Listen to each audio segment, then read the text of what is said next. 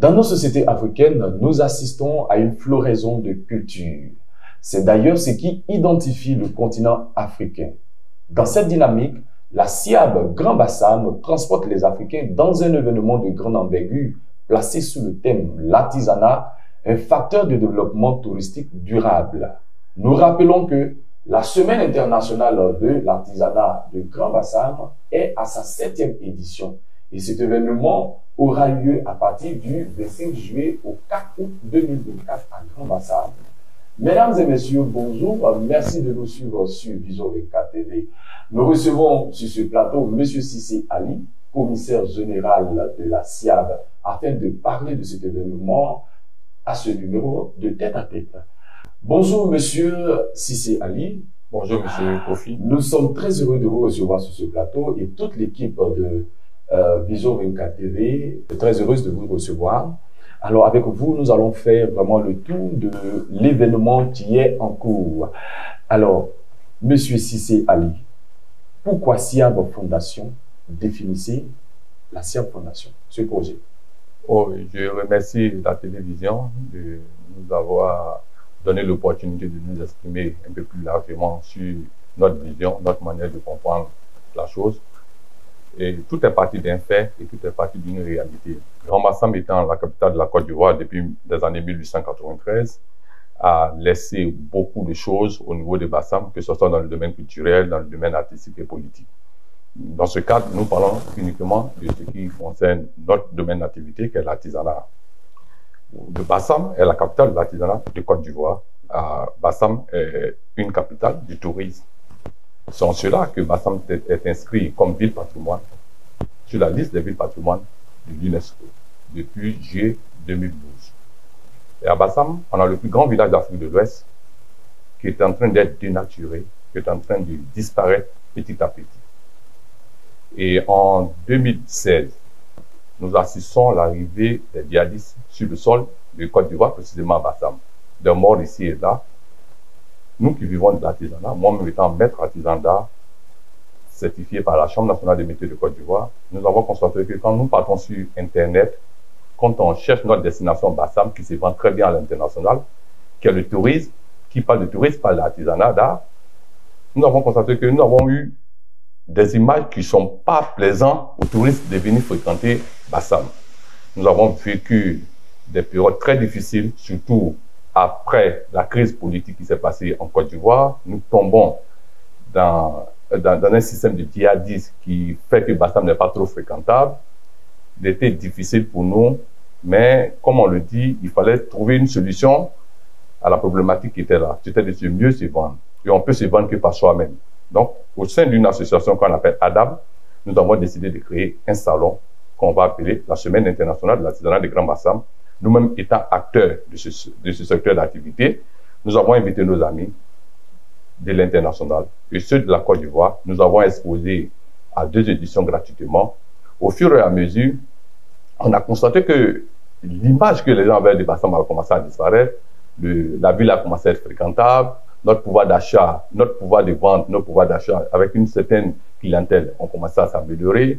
Et nous tenons aussi à dire merci au gouvernement. Le président de la République a fait dégager des fonds pour nous soulager et a même organisé un conseil des ministres là-bas qui a redonné encore une autre image de Bassam.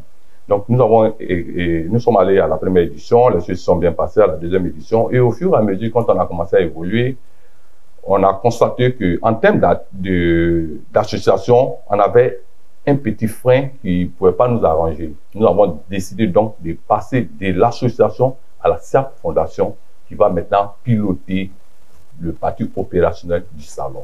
Donc, de la Semaine internationale de l'artisanat de Grand Bassam, nous sommes passés à SIAB Grand Bassam. Nous pensons bien que le label SIAB Grand Bassam se vend plus mieux et plus facilement que quand il faut donner la définition Semaine internationale de l'artisanat de Grand Bassam. Merci, monsieur le commissaire de la SIAB. Alors, pourquoi ce caractère international? Le caractère international, parce que qui parle de l'artisanat parle du tourisme. Les deux vont ensemble. Quand vous regardez les chiffres du tourisme en Côte d'Ivoire, il ne parle pas du tourisme entre Ivoiriens, c'est-à-dire entre population de Côte d'Ivoire, du tourisme nord-sud et autres. En 2022, quand vous regardez les chiffres du ministère du Tourisme, on est à plus de 2 200 000. 2,2 millions et il est difficile pour un touriste de quitter le pays sans partir avec un souvenir. Le souvenir se trouve avec les artisans d'art et ceux du textile et du peau et cuir. Et qui parle de tourisme parle d'entrée d'argent. Vous avez les billets d'avion, des hôtels ici et là. Ah ouais, merci. Alors, aujourd'hui, Grand Bassam renaît avec votre événement qui vraiment est à sa 7e édition. Alors, est-ce que vous pouvez nous dire les dates auxquelles les Africains ou bien la population abidjanaise ou bien bassamoise s'attend? Par la grâce de Dieu, si Dieu le veut, très bientôt, la SIAB aura lieu du 25 juillet au 4 août sur le site inscrit au patrimoine mondial de l'UNESCO, précisément entre Bassam 1 et le centre culturel Jean-Baptiste Moké. Ah ouais. Et donc le 25, c'est l'ouverture? L'ouverture du salon, mais la cérémonie officielle aura lieu le vendredi 26. 26. Alors, nous poursuivons cet entretien. À bien vous comprendre, monsieur le commissaire, la SIAB Fondation est la maison mère et SIAB Grand Bassam, c'est le bébé, si on peut s'exprimer ainsi, n'est-ce pas? Oui. Effectivement. Oui, ça se comprend. D'accord. Alors, nous poursuivons toujours. Dans ce contexte, est-ce que vous pouvez nous définir vos objectifs à atteindre pour cette 7e édition? L'objectif à atteindre pour cette 7e édition, c'est de repositionner Bassam et puis de permettre à Bassam d'avoir une visibilité à l'international, même au national, parce que beaucoup de choses se passent. Et comme nous sommes capitale du tourisme, de l'artisanat et de la culture à Bassam, nous invitons les uns aux autres à mieux connaître notre ville, à mieux connaître la destination de Grand Bassam, ce qui va nous permettre, nous, de vendre pendant l'événement et même après l'événement pour que Bassam soit toujours fréquentable. Et pour que Bassam soit toujours fréquentable, c'est ce que nous retenons. Et dites-nous, c'est vrai que vous organisez, n'est-ce pas, cet événement qui vraiment aujourd'hui n'est plus à présenter et à des fins personnelles. Mais dites-nous, est-ce que l'événement, on sait que l'événement a un caractère socio-culturel. Quel est le bénéfice que la population pourrait avoir ainsi que les visiteurs? Bon, il faut d'abord dire que ce n'est pas à des fins personnelles. Si l'événement était à des fins personnelles, on allait créer une maison événementielle, c'est-à-dire une entreprise pour pouvoir piloter cet événement. Mais on est parti d'une association et aujourd'hui, on est parti en tant que fondation. Donc, en tant que fondation, la SIAB va poser des actions au sein de la ville et même dans le domaine de l'art et de la culture au niveau de la ville de Grand Bassam et même de la Côte d'Ivoire. Nous allons poser des actions concrètes pour dire que nous ne partons pas en tant qu'entreprise. On avait la possibilité de créer une entreprise et puis organiser l'événement, mais nous ne l'avons pas fait. Nous avons décidé de partir en association et de l'association, nous sommes partis en fondation. Donc, nous allons agir en fondation. Alors, qu'est-ce que la population gagne? La population gagne en termes de visibilité. Bassam devient très fréquentable. La population gagne en termes de ressources financières parce que c'est des touristes qui vont venir, c'est des artisans exposants qui vont venir. Ils vont se payer l'hôtel, ils vont se loger, ils vont se déplacer. Donc, c'est tout un écosystème qui va tourner à Bassam pendant cette période. Toute une machine. Toute une machine. Oui. Alors, dites-nous, quelles sont vos cibles dans ce contexte? Quelles sont vos cibles Quelles sont vos cibles pour, vraiment, pour cette 7e édition? Les cibles que vous visez? Il y a d'abord, les cibles, c'est la population ivoirienne en général et aussi les personnalités, les personnes qui sont amoureux de l'art, les professionnels, les acheteurs. C'est toutes ces personnes-là qui sont nos cibles pour que cette cérémonie soit la meilleure. Alors, vous êtes à votre 7e édition, première édition, deuxième édition, vous êtes à votre 7e édition, la SIAB Grand Bassam. Et quelles sont vos activités principales pendant cette édition? Pendant l'édition de la SIAB Grand Bassam, nous avons le défilé de mode international qu'on appelle SIAB Fashion Day, dont nous sommes à la 4e édition. Nous aurons des B2B, des conférences et des ateliers pour transmettre notre savoir-faire à la génération future. Ah ouais. Vous allez transmettre vraiment des valeurs à la génération future parce qu'il faut pérenniser la chose. Si je touche du bois, si aujourd'hui vous n'êtes plus, il faudra que ceux qui viennent, c'est-à-dire que la génération future puisse vraiment continuer pour que Bassam, pour que la culture au niveau de l'Afrique ou bien en Côte d'Ivoire puisse encore connaître en tout cas ses avantages. Voilà.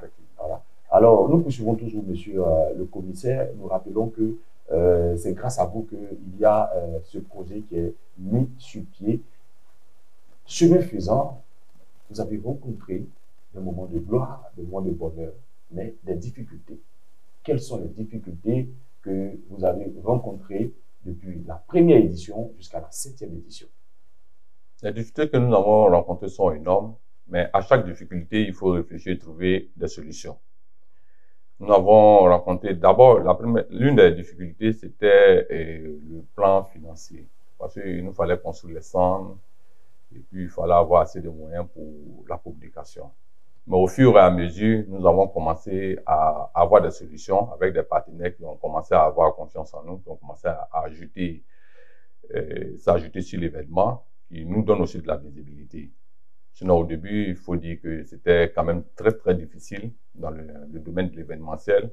Et aujourd'hui, on a des partenaires financiers, c'est vrai, partenaires techniques, mais on n'a pas de mécènes qui nous accompagnent, on n'a pas de structure en termes de sponsoring qui nous accompagne. Nous avons, à bien dit, la mairie de Grand Bassam et Côte d'Ivoire Tourisme qui mettent la main à la poche.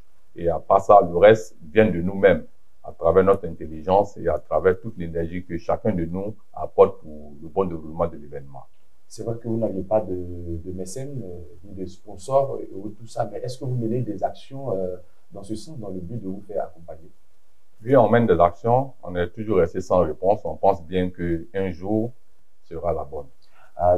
D'où vraiment l'apport de Vision 24 TV pour vous accompagner et nous croyons que d'ici là, de bonne volonté vont vous accompagner. Alors, dans l'une de vos activités à exécuter cette année, il y a le SIAB Fashion Days, 4e édition, et nous voulons savoir quelle est la particularité pour cette offre. En fait, la particularité pour la SIAB Fashion Day, on a constaté que les stylistes modélistes qui participent à notre salon, quand les tenues ne sont pas portées, on ne peut pas voir la clarté, on ne peut pas voir la beauté, on ne peut pas voir ce que le styliste a fait ressortir. Donc, lors du défilé de mode, quand c'est porté par des professionnels qui donnent de la valeur, il y a une valeur ajoutée qui vient s'ajouter. Donc, le lendemain, ces stylistes-là sont débordés de clientèle. Parce qu'une tenue qui n'est pas portée ne peut pas se vendre. Donc, c'est une vitrine que nous mettons à côté du salon pour permettre aux stylistes, modélistes de pouvoir mieux se vendre. Défilé de mode, présentation de ce qu'ils savent faire, tout et tout, afin de vraiment avoir une visibilité. Effectivement. Donc, c'est une lucane qui est offerte aux stylistes, j'allais dire même à ceux qui font de la poterie, et tout ça c'est inclus là-dedans. Bon, pour le moment, on n'est pas encore allé dans le domaine de la poterie. C'est juste le textile, les stylistes modélistes dans le domaine du textile.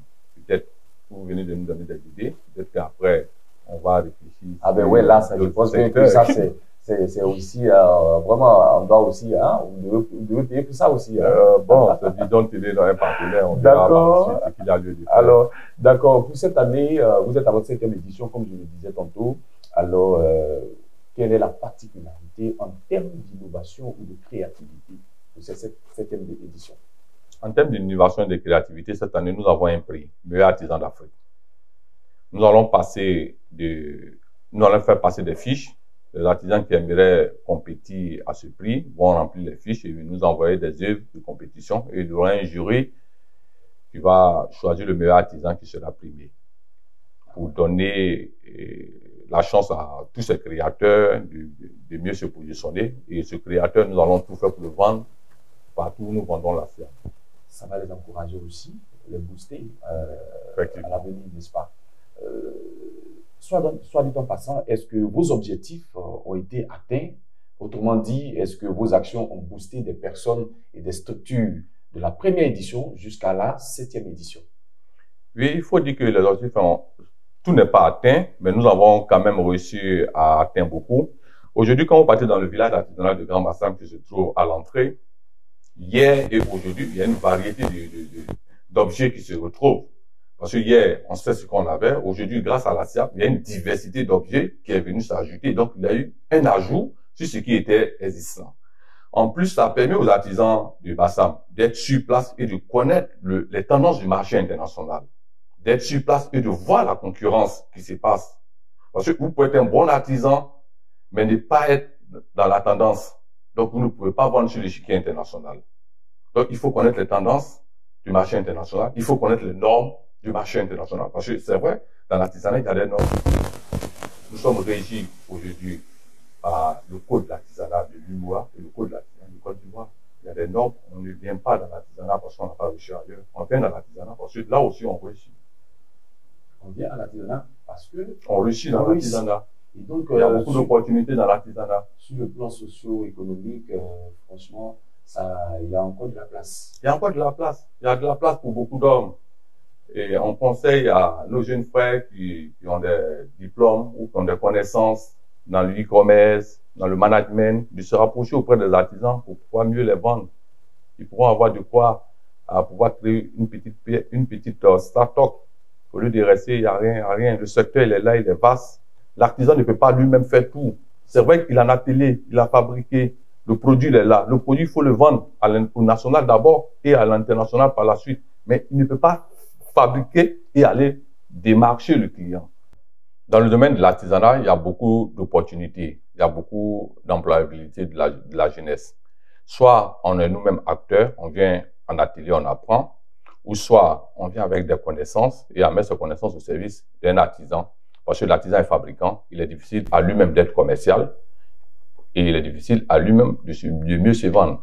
Donc, ce monsieur qui va créer sa start-up peut regrouper un certain nombre d'artisans. Donc, il peut les coacher, il peut être le manager de cette start-up. Quand vous venez dans un salon, vous voyez l'artisan qui vient dans son salon, l'artisan qui vient vendre, souvent il n'a pas les techniques de management.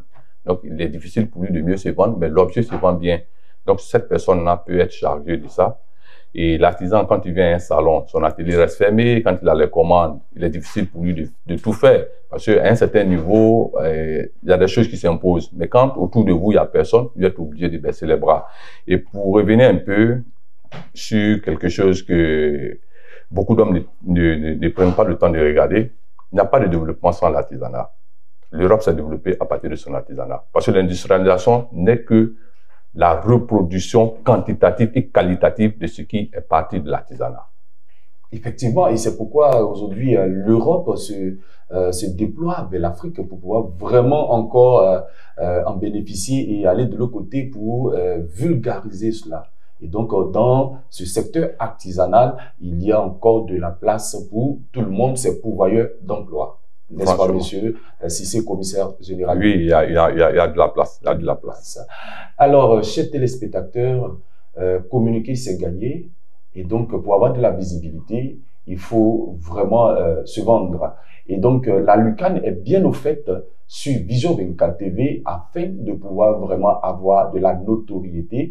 Et dans ce contexte, nous recevrons sur ce plateau le commissaire général de la SIAB Grand Bassam, un événement qui aura lieu à partir du 25 juillet jusqu'au 4 août 2024 à Grand Bassam.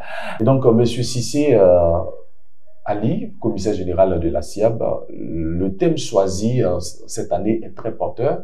Et donc, l'artisanat d'art, un facteur de développement touristique durable. Pourquoi avoir choisi ce thème pour cette 7e édition? Pour la 7e édition, nous avons choisi le thème parce que qui parle d'artisanat parle de 245 corps de métiers qui sont identifiés et reconnus par la Chambre nationale des métiers de Côte d'Ivoire avec l'appui technique du ministère, la direction de l'artisanat. Maintenant, quand on parle de tourisme, on parle spécifiquement de l'artisanat d'art. C'est l'artisanat d'art qui s'exporte à l'international. C'est l'artisanat d'art qui est en contact avec le touriste qui vient, qui doit rentrer chez lui. C'est pour cela que nous sommes partis sur ce thème, pour permettre aux gens de savoir faire la différence entre l'artisanat d'art et les autres secteurs de l'artisanat, mais qui sont tous les métiers de l'artisanat. Alors, nous tendons vers la fin de cette émission, monsieur Cissé Ali, commissaire général de la SIAB. Alors, est-ce que vous avez un mot particulier avant la fin de cette émission, avant de prendre votre mot de fin? Est-ce que vous avez un message particulier à lancer à la face du monde pour que les autres puissent vous entendre? Nous sommes toujours à la recherche des mécènes, des partenaires qui peuvent nous accompagner techniquement, financièrement, pour que l'événement puisse rayonner plus que ce que nous faisons actuellement. Parce que, à part la mairie de Bassam et Côte d'Ivoire Tourisme qui nous soutiennent, il est difficile de s'en sortir. Mais nous faisons ce que nous pouvons parce que nous-mêmes, nous sommes artisans et on se vend mieux par soi-même. On se vend mieux par soi-même. Et un message très fort. Et donc, Monsieur Cissé Ali invite tout le monde à vraiment s'intéresser, à toutes les structures à s'intéresser à cet événement qui est à sa 7e édition. Alors, Monsieur Cissé, l'honneur vraiment est pour nous de vous recevoir sur ce plateau de Vision 24 TV. Alors, avant la fin de cette émission, avant de conclure, nous voulons avoir votre mot de fin. Je tiens à remercier tous les partenaires qui nous accompagnent depuis la première édition jusqu'à aujourd'hui et remercier les autorités de Côte d'Ivoire et les autorités de la ville de Grand Bassam.